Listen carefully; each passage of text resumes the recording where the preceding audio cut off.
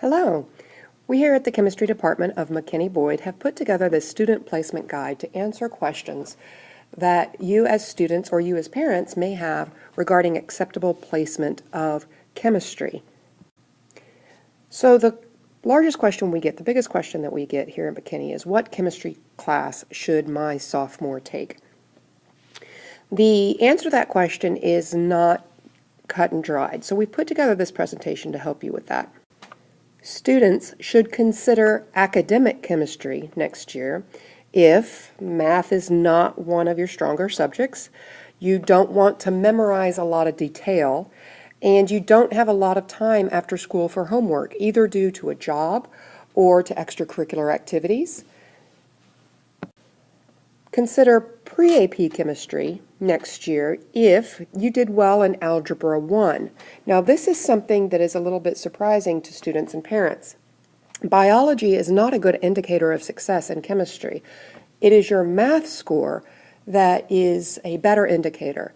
So if you're strong in math and you did well in Algebra 1, you should consider pre-AP chemistry. However, you also need to be enrolled in or have already taken Algebra 2.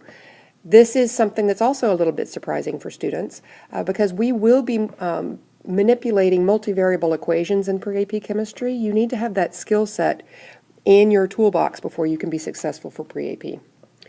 You are self-motivated and driven to succeed. You are well organized and you are willing to invest at least half an hour to an hour of chemistry homework per night. So if you have a lot of extracurricular activities and just do not have a lot of time after school considering your other classwork load, consider core chemistry or academic chemistry. Last is AP chemistry. AP chemistry is different in the science department than it is in other classes. AP chemistry is really designed to continue education in chemistry, not replace education in chemistry. So the prerequisite for AP truly is pre-AP. Now there are a couple of exceptions. You could go directly to AP chemistry if you have successfully completed pre-AP chemistry, the prerequisite, or you're in the top 5% of your freshman class. If you took AP Biology as a freshman and were successful, that doesn't necessarily correlate to your level of success you would expect in AP Chemistry. They are completely different subjects. They do not build one upon the other. If you have not had pre-AP, you will need to teach yourself the pre-AP material on your own using the summer reading assignments that we will provide online. This will be a very time-consuming task, and it will need to be something that has to be done before you walk in the first day to AP Chemistry. If you have exceptional math and memorization skills, you should consider AP Chemistry. If you have the time to put in 1 to 3 hours of homework per night, it's going to be closer to the 3-hour mark if you have not taken the prerequisite of pre-AP chemistry for this class. Now the last thing that we need to mention to you is the College Board really does not recommend AP chemistry be taken as a first-year chemistry class. It is designed to continue and not replace pre-AP learning.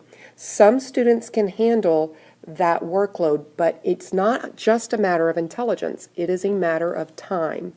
If you're in a couple of other extracurricular activities, or if you have a full load of other honors courses, perhaps AP Chemistry will take too much of your time in order for you to be successful in your other classes, and you should consider pre-AP.